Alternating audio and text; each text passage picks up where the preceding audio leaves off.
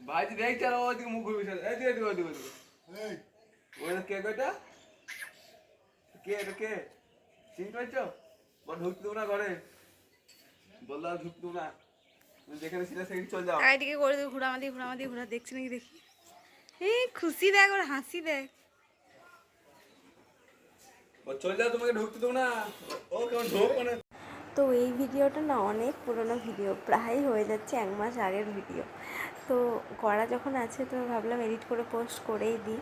তো দেখলে যে মানে সফট ড্রিঙ্কস আছে আর এমনি কোল্ড ড্রিঙ্কস আছে, তো ওগুলো সব ভাই নিয়ে এসছে। ওগুলো কিন্তু মামার পাপা নিয়ে আসেনি, তো ওগুলো আমি ফ্রিজে রাখার জন্য নিয়ে এসেছি। তো দেখছি ফ্রিজে যে মানে কিছু একটা প্রবলেম করছিল, ঠিক হচ্ছিলো না, তো ভাই সবার ঠিক করে দিল, তারপর আবার ওগুলো ভরে রাখবো।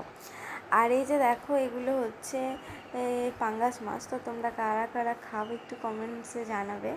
এই মাছটা খেতে আমার বর খুব ভালোবাসে, ওই জন্য এই মাছটা নেওয়া হয়েছে। ও আসলে এই মাছটা নেওয়া হয় আমাদের, ও খুব পছন্দ করে। আর আমি রান্না করে একদম মাংস ঝোলের মতো করে করি, অনেকটা মশলা দিয়ে, গরম মশলা দিয়ে করি, তো খুব ভালো লাগে খেতে। আমরাও খাই, কিন্তু ও আসলেই বেশি করা হয়, ও পছন্দ করে এই মাছটা বেশি। তো দেখো আর কী রান্না হয়েছে সেটাও তোমাদের সাথে একটু শেয়ার করে দেবো। আমি যেগুলো করেছি সেটা আমি তোমাদের সাথে শেয়ার করে দিচ্ছি। আর আমি কিছুটা করে দিয়ে চলে গেছিলাম মাম্মামকে স্নান করাতে, তারপর মা করেছে বাকিটা।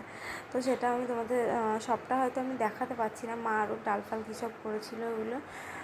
তো অনেক দিন। Hey guys, welcome back to my channel Tanis ব্লগে সবাইকে ওয়েলকাম জানিয়ে আজকে আমি আরও একটা নতুন ব্লগ ভিডিও শুরু করছি। তো আজকে একটু মেয়ের জন্য শপিং করতে যাব, কী কী কেনাকাটা করবো সেসব তোমাদের সাথে শেয়ার করব, সেটা নিয়ে ব্লগটা শুরু হচ্ছে। আর এখন বাজে দুপুর 3টে। মেয়েকে রেখে যাচ্ছি, ওর ঠাম্মি দাদু কাকাই আছে ওদের কাছে, আমি আর আমার বর যাচ্ছি। তো চলো তোমরা ভিডিওটা দেখতে থাকো। তো মামামের তো অন্নপ্রাশনের আর দিন নেই, এমনিতে তো ওর খাওয়া হয়ে গেছে, কিন্তু অনুষ্ঠানের দিনটা তো আর বেশি দিন নেই।